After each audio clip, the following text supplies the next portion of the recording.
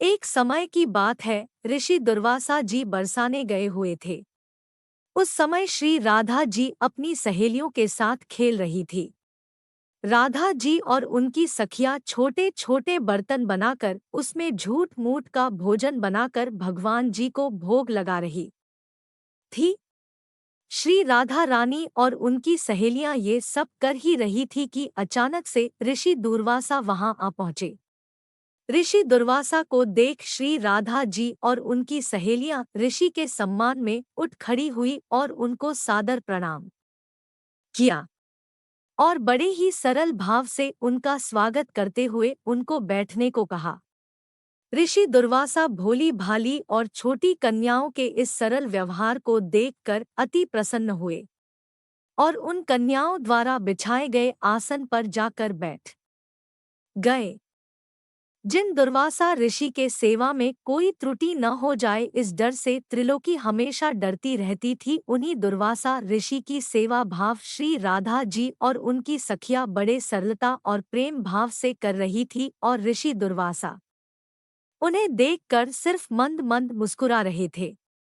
फिर राधा जी की सखिया कहती है कि हे ऋषिदेव, क्या आपको ज्ञात है कि मेरी राधा रानी बहुत ही स्वादिष्ट लड्डू बनाती है और उन्हीं लड्डू से हमने भगवान का भोग लगाया है और अभी आपको भी प्रसाद के रूप में वितरित करेंगे। उसके बाद राधा जी की सखिया जाकर राधा जी के हाथों से बने हुए लड्डू का प्रसाद तो लाती है, परंतु वह लड्डू व्रजराज का बना खेल खेल में बना हुआ झूठ का लड्डू था।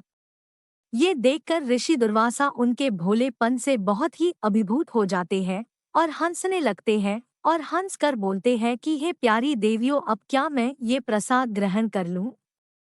और पूछे कि क्या ये प्रसाद आपने बनाया है? ऋषि दुर्वासा के इस प्रश्न पर सारी सखियां एक साथ ही और एक स्वर में ही कहती है कि जी हाँ ऋषि देव, ये हमारी प्यारी श्री राधा जी ने ही बनाई है और हमारा दावा है कि आज तक आपने ऐसा लड्डू नहीं खाया होगा। उसके बाद ऋषि दुर्वासा जैसे ही उस झूठ के बने लड्डू को प्रसन्नता पूर्वक अपने मुख में डालते हैं, वैसे ही ऋषि पूरी तरह से आश्चर्यचकित रह जाते हैं, क्योंकि एक तो उस लड्डू में ब्रजरज का स्वाद था और ऊपर से उसको स्वयं श्री राधा रानी ने अपनी हाथों से बनाया था। इससे ज्यादा और क्या ही हो सकता है? अमृत को भी फीका कर दे ऐसा था स्वाद उस लड्डू का।